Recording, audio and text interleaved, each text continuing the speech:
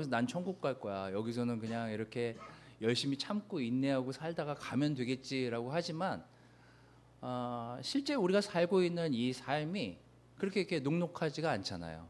그러다 보니까 우리가 천국 백성이고 천국에 갈 거라는 확신은 있지만 그럼 여기서 어떻게 살아날 것인가에 대한 고민을 하지 않을 수가 없습니다.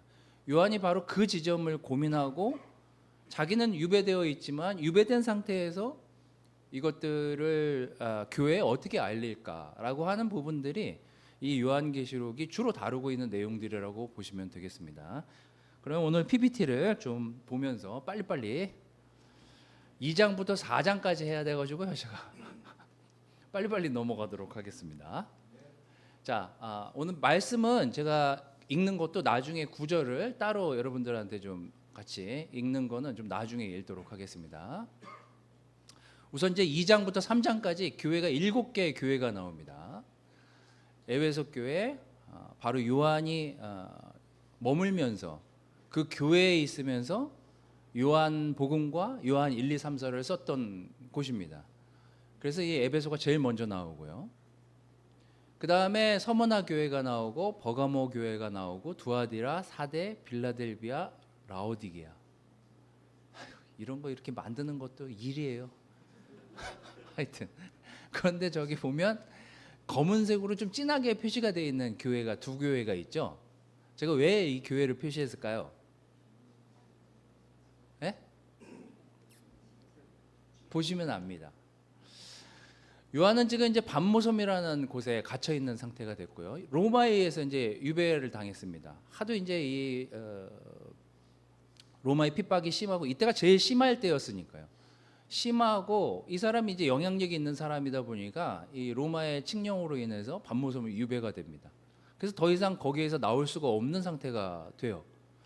그리고 자기가 머물렀던 자기가 선교를 하려고 했었던 곳에 가지 못하기 때문에 거기에서 요한계시록을 작성합니다. 이거는 뭐 그 요한계시록 1장 9절에 나오니까요. 그리고 여러분들이 보시기에 이제 오른쪽에 그 보시는 교회들 7교회를 지정해 가지고 그 교회에 편지를 씁니다. 제가 이제 지도를 막 찾다가요. 저 지역이 이제 투르키, 지금 이제 터키, 투르키예라고 바뀌었죠. 투르키 지역에 있는 교회들인데 제가 지도를 막 여러 가지를 찾다가 이 지도가 제일 여러분들한테 설명하기 싫을 것 같아갖고 이제 이 지도를 이제 찾아서 제가 가져왔습니다. 전 세계 지도를 놓고 보면 지금 연두색이 보이시나요? 보이시죠? 우리나라는 어디 있나요? 오른쪽 맨 끝에 있죠. 여러분 그 저길로 왼쪽은 이제 남미, 그 다음에 미국 뭐 이쪽이 있고, 그 다음에 이제 터키를 중심으로 이제 유럽이 이제 형성돼 있고, 그렇죠? 여기는 이제 아시아라고 하죠. 그래서 우리 쪽에 극 동쪽에 있으니까 극동아시아라고도 합니다. 이거 옛날에 이렇게 쓰긴 했더라고요. 하여튼 여러분들이 보시기에 터키가 약간 중간 같지 않아요? 제가 이제 얘기하고 싶은 건 그거거든요. 전 세계 지도를 놓고 보면 굉장히 중요한 위치에 사실 터키가 있습니다. 투르키예가. 이 지도로 놓고 보면 어쩌면 이 당시에 정말 로마가 세상의 자기네가 중심이라고 생각할 수도 있을 법한 지도라는 생각이 들어서 제가 여러분들한테 좀 보여드리려고 가져왔습니다. 뭐 이거보다 이제 이탈리아가 점령했던, 로마가 점령했던 그 지도 색깔도 좀 가져오려고 했는데 그게 너무 방대할 것 같아가지고, 하여튼 저 일대를 다 그 로마가 지배하고 있었으니까.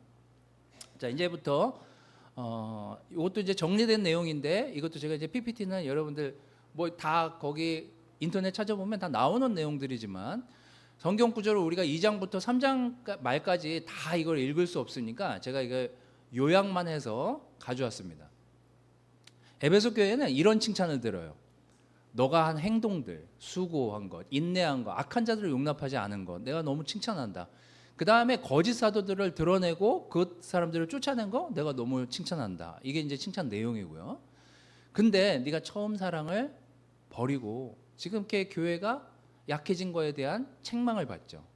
그리고 이제 이런 권면을 받습니다. 어디에서 네가 잘못이 됐는지를 생각하고 회개하고 처음 행위를 다시금 가져갔으면 좋겠다. 처음 네가 교회를 시작할 때, 처음 교회를 출발할 때 그 교회에 가졌던 믿음과 양심과 그 희망을 네가 품었으면 좋겠다. 이게 이제 권면과 명령이었습니다. 자, 서머나 교회 아까 제가 검은색으로 진하게 표시됐죠. 유일하게 책망이 없는 교회 중에 한 교회, 또 한 교회가 아까 이제 좀 이따 나오는 빌라델피아 교회입니다. 자, 여기 이제 칭찬만 있고 책망이 없어요. 저희 교회가 이런 교회가 되고 싶다는 생각이 문득 들었는데, 환난과 궁핍을 아나 실상은 부요한 자다. 유대인의 비방을 알고 너희들이 그거를 견뎌낸 것에 대한 칭찬을 합니다.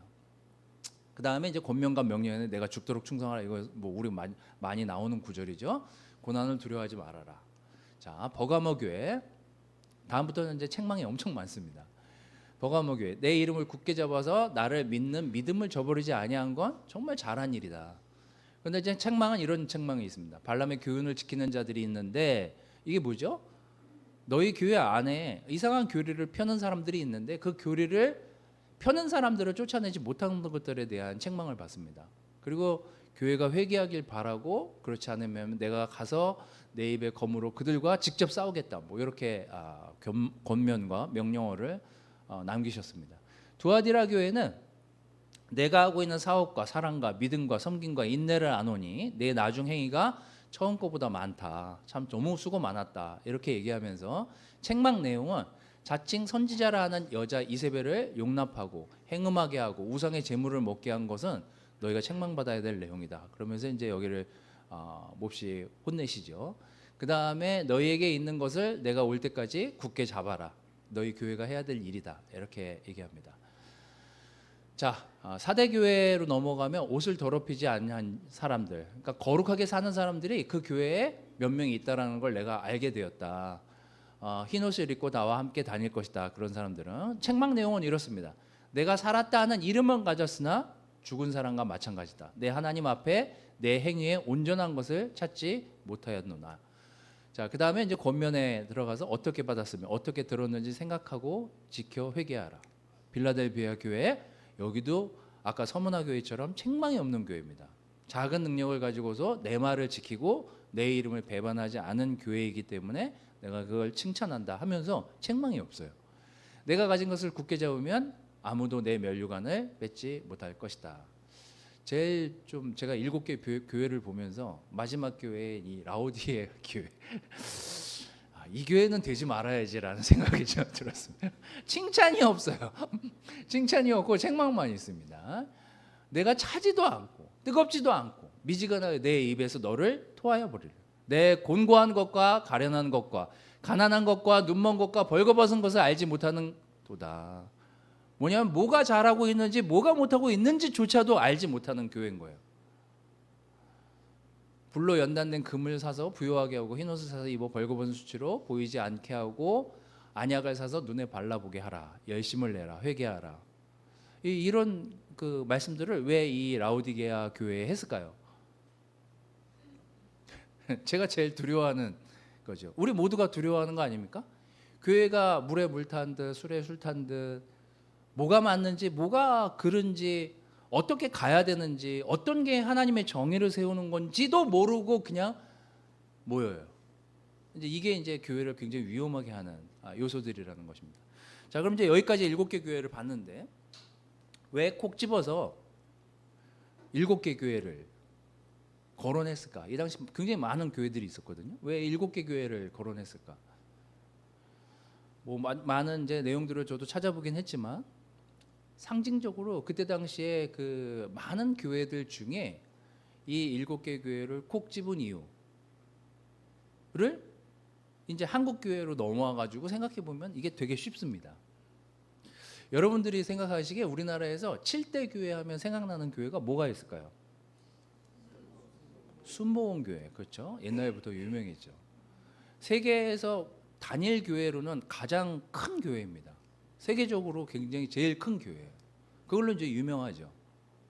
또 무슨 교회가 있습니까? 사랑의 교회. 거기도 크죠. 또 온누리 교회. 또 충현 교회. 계속 얘기해 보세요, 인세형님. 많이 하시는데 또 그렇죠. 분당 그리스도 교회가 여기서 이제 나와야 되는 거 아닙니까? 그건 이제 제 생각이고. 근데 왜 그들이 한국을 하면은 대표적인 교회로 생각나는 걸까요? 여러분 한번 생각해 보세요. 왜 그 교회들이 대표적으로 생각납니까? 커서, 예? 성도 수가 많아서, 또 오래돼서. 근데 이제 여러분들이 모르는 교회들이 있는데, 제가 어렸을 때 진짜 유명했던 교회는 사실 영락교회입니다. 종로에 가시면 아시겠지만 굉장히 초창기에 북한에서 북에서 장로의 신학교 나오신 분들이 내려와 가지고 세운 교회 중에, 거기 이제 한경직 목사님이라고 지금 이제 돌아가셨지만 굉장히 이제 청빈하기로 유명하신 목사님이 거기 계셨고, 옛날에 이제 그 교회가 굉장히 유명했던 교회예요. 근데 지금은 이제 아니죠. 제가 이제 얘기하려고 하는 의미는 이런 겁니다. 시대가 바뀌면서 그 시대가 의미하고 가져가려고 하는 어떤 교회의 표상이 있죠. 근데 지금 여러분들이 얘기한 그 7교회가, 지금 여러분들이 얘기하신 그 몇몇의 교회들이 뭐 너무 영적이어서 이런 얘기가 아니라, 교회가 커서 신도가 많고 뭐 한국을 대표할 만한 교회로서는 상징적이죠. 이 정도지, 그죠? 그 교회가 뭘 잘하고 뭘 잘못하고 있는지에 대한 얘기는 없잖아요, 사실은.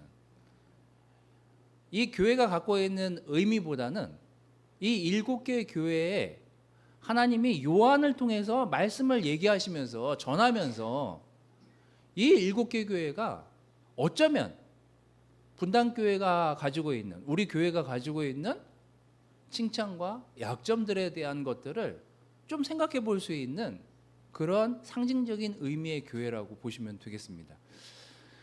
창세기 1장에 보면 하나님이 천지를 창조하시고 6일 동안 일하시고, 성경에서는 7이 완전수거든요. 7이 굉장히 많이 나옵니다. 완전수인데 이건 뭐 다 설명하기는 어렵고, 하나님이 6일 동안 천지를 창조하시고 7일째 쉬시잖아요. 7일째 쉬시는 의미가 뭡니까?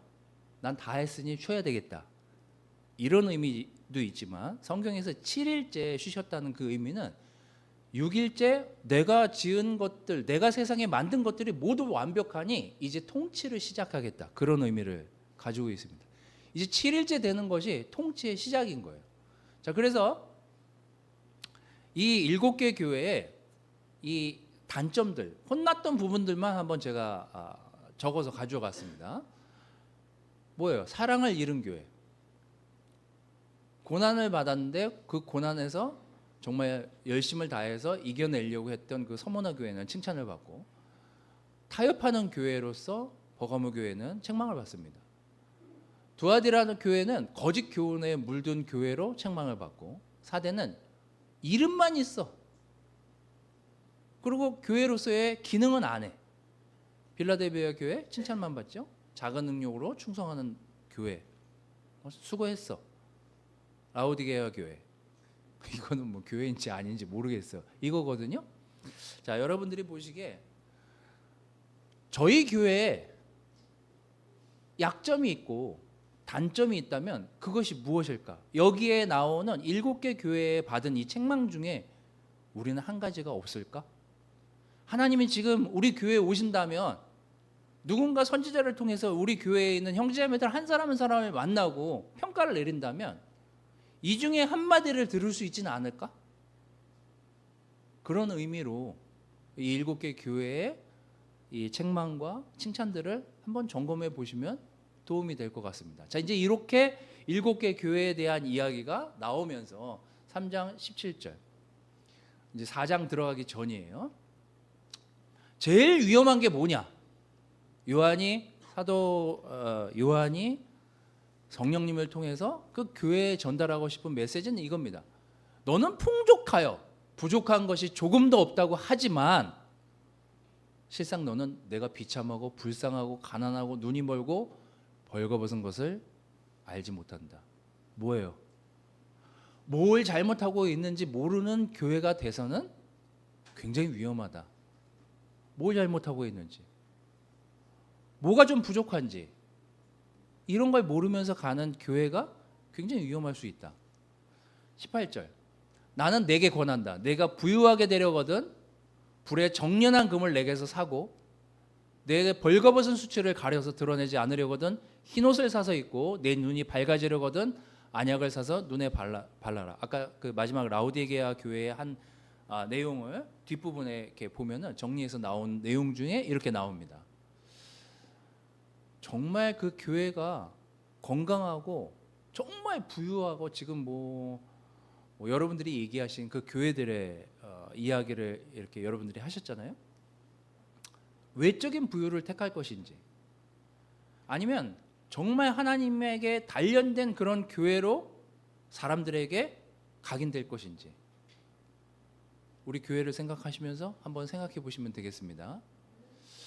내 눈을 밝아지려거든 안약을 사서 눈에 발라라. 그렇게 눈을 어둡게 한 채로 계속 살아가지 말아라. 이게 이제 요한계시록의 3장까지의 내용입니다. 자, 그러면 이제 4장으로 넘어가서 이제 우리가 보려고 하는 내용들이 이제 나옵니다. 3장까지 읽고 4장 1절 2절은 한번 여러분들하고 같이 읽어보도록 하겠습니다. 자, 시작.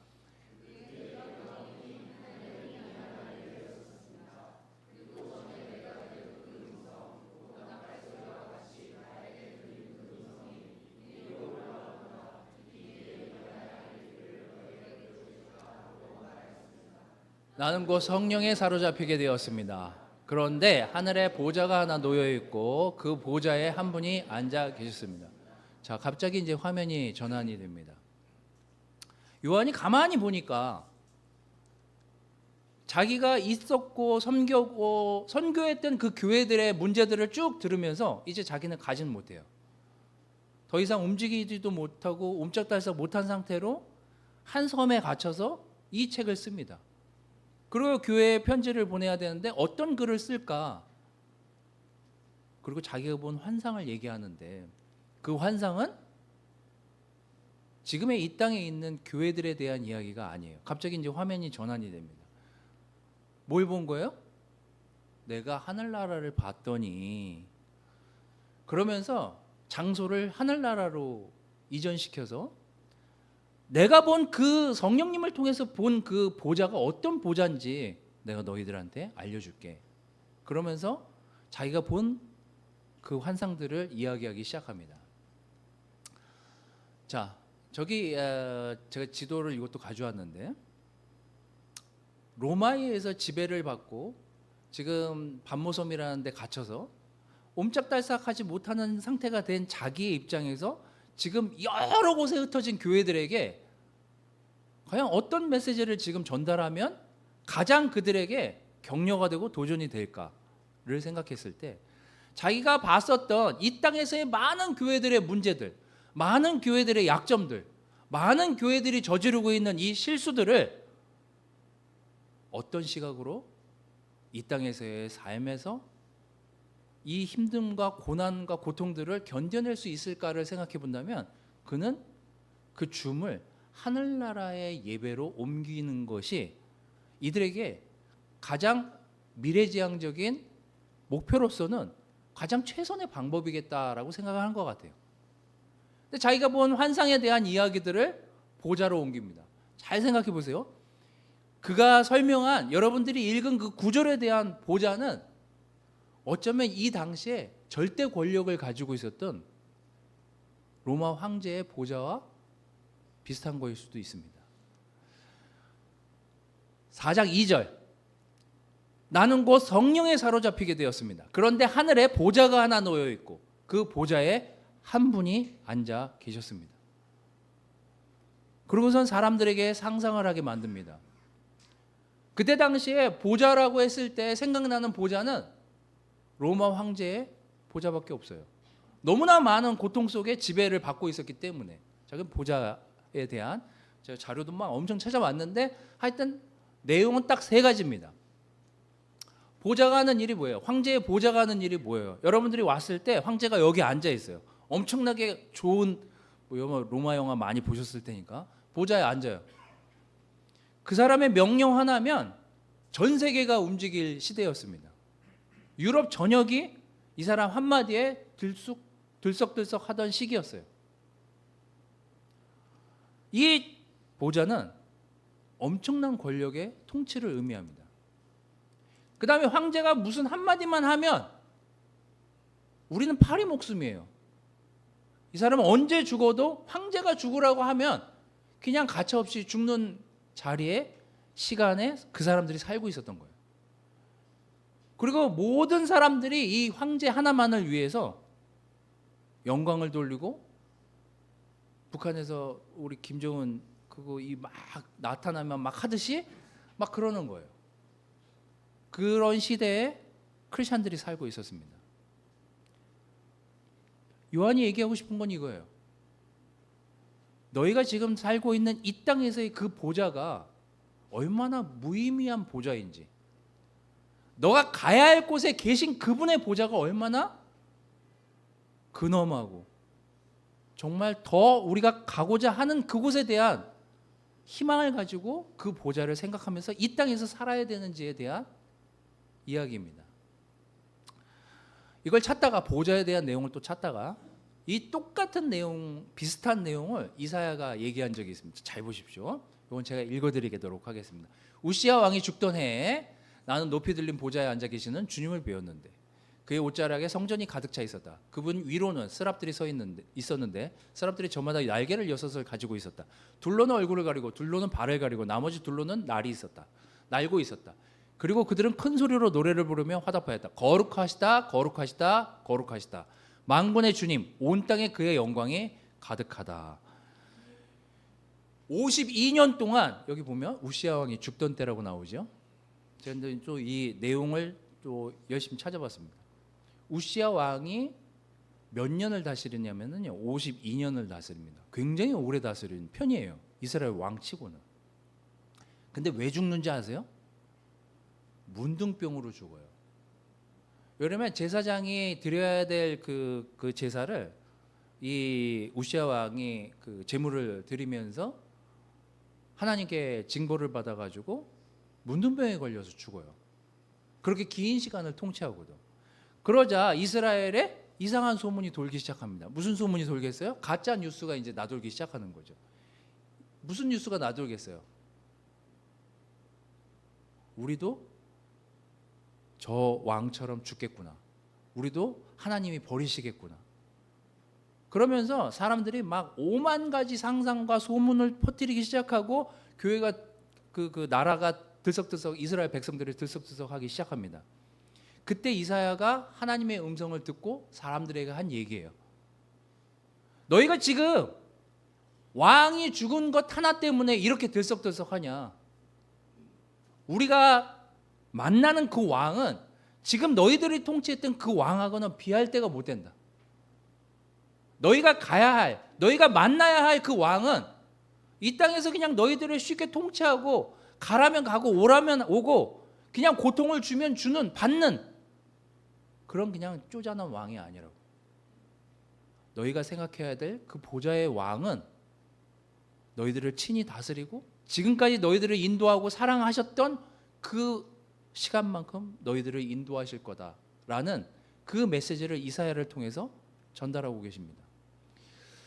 우리가 지금 이 땅에 살면서, 저는 일주일을 살면서도요, 여러 가지 뉴스들을 접합니다. 형제자매들로부터.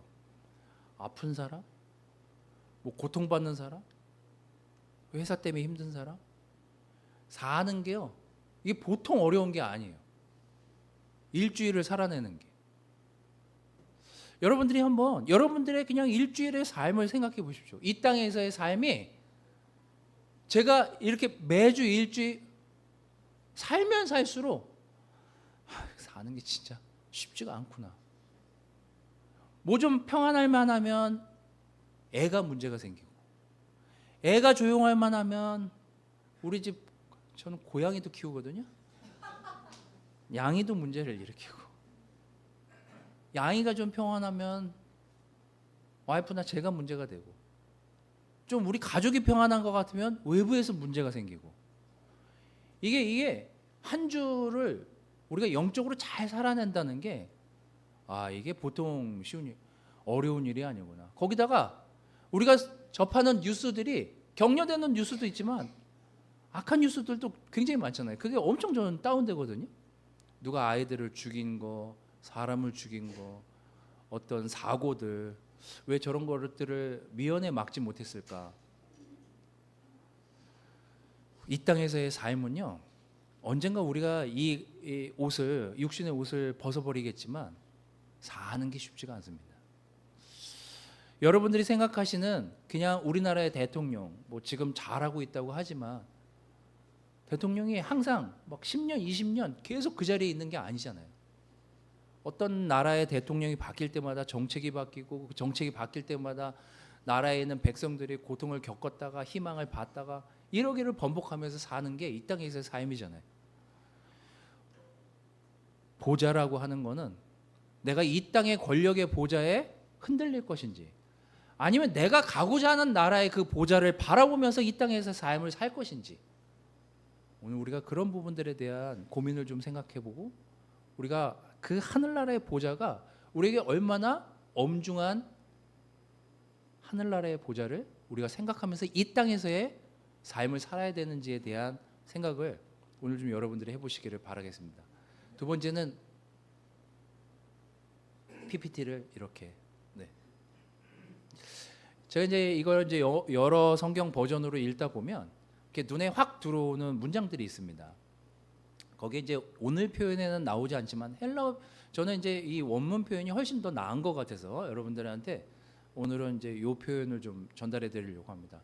9절에 보면 영원무궁하도록 살아계셔서 그 보좌에 앉아 계신 분께 그 생물들이 영광과 존귀와 감사를 드리고 있을 때에, 그러면서 이렇게 나옵니다. 그 보좌에 앉아 계신 분 앞에 엎드려서 영원무궁하도록 살아계신 분께 경배드리고 자기들의 면류관을 벗어서 보좌 앞에 내놓으면서 우리의 주님이신 하나님, 주님은 영광과 존귀와 권능을 받으시기에 합당하신 분이십니다. 주님께서 만물을 창조하셨으며 만물은 주님의 뜻을 따라 생겨났고 창조되었기 때문입니다 하고 외쳤대요.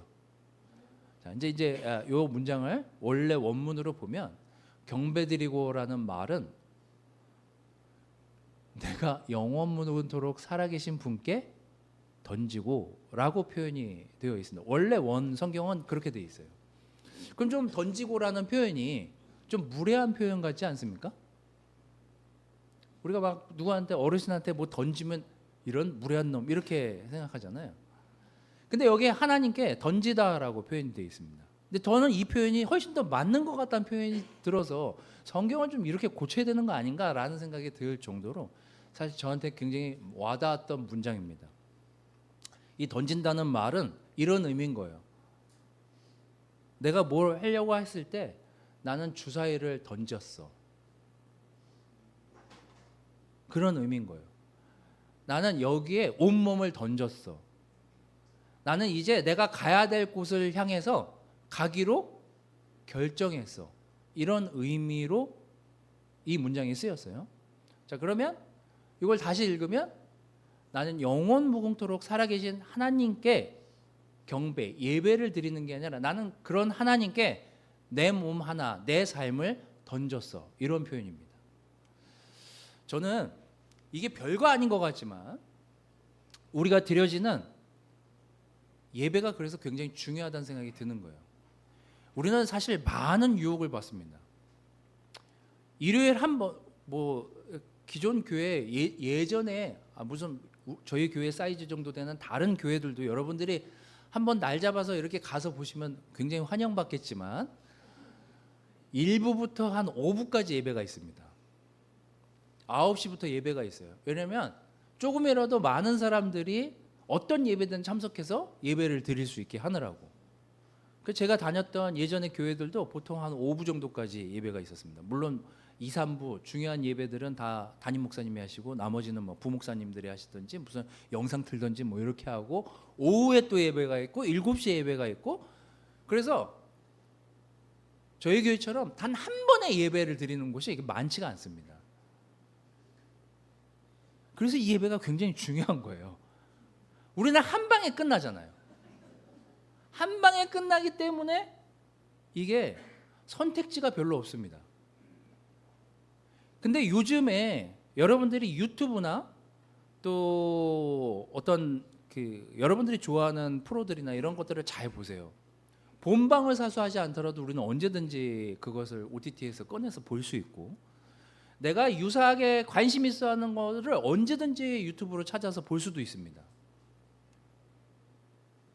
그래서 선택지가 많은 게 우리가 살고 있는 이 땅에서의 문제예요. 저는 문제라고 생각합니다. 내 몸을 뭔가 한번 던져서 이것만은 내가 지킬 거야, 이것만은 내가 이 땅에 살면서 유지할 거야. 우리가 20대에 가졌던, 또 우리가 어렸을 때 진짜 하나님을 소망하면서 가졌던 그 믿음이 희석되는 경우들이 사실 너무 많아요. 선택지가 많은 게 이게 지옥입니다, 사실. 영상, 여러분 내가 늘 얘기하잖아요. 영상, 제가 관심 있어 하는 영상 보잖아요. 계속 떠서 순식간에 1시간이 그냥 지나가요. 우린 그래서 잠도 못 자잖아요.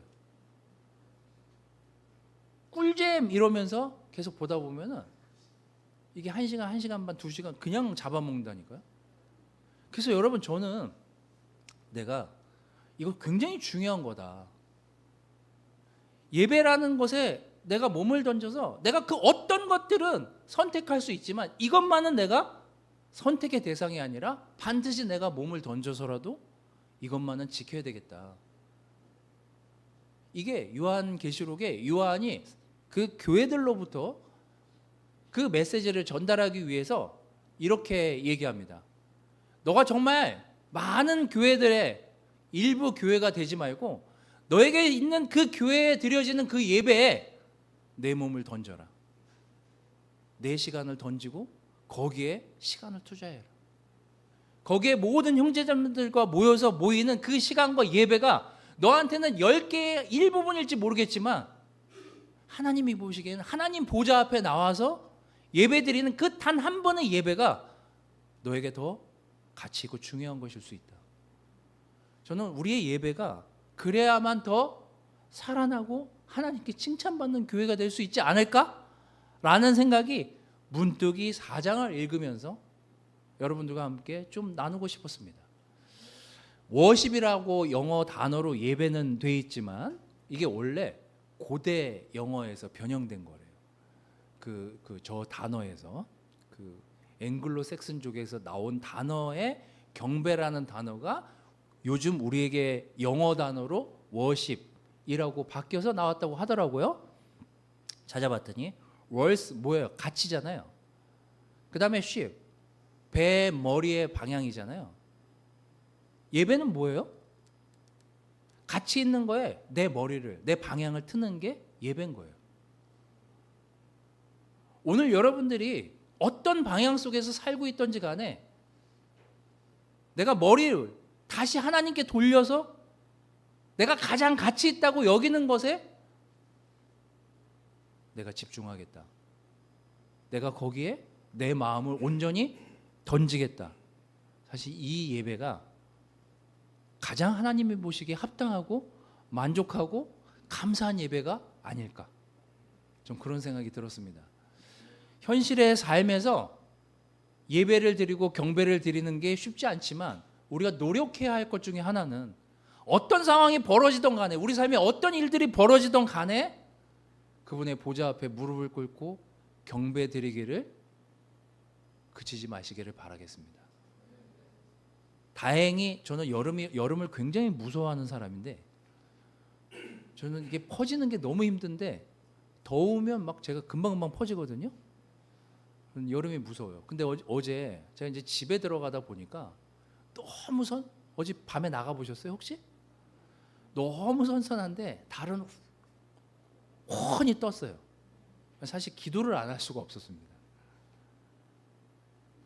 여러분, 저는 여러분의 매일매일 삶에서 경배를 드리기를 추천을 드리지만 일요일 단 한 번의 스팟, 이 예배가 여러분 별거 아닌 것 같지만 여러분들을 위해서 제가 요한계시록을 몇십 번씩 읽으면서 지금 저도 한 7, 8시간씩 막 준비하고 자료 찾고 막 한다니까요. 여러분들도 여러분의 헌신된 한 일주일의 시간 동안 막 밖에서 열심히 살다가 아차, 내가 다시 하나님께 가치를 두는 것을 잃어버렸구나 라고 생각하셨다면 오늘 이 시간이 다시 하나님께 머리를 두고 내가 가장 가치 있게 여기는 것이 무엇인가, 하나님께 예배드리기를 그치지 마시기를 바랍니다.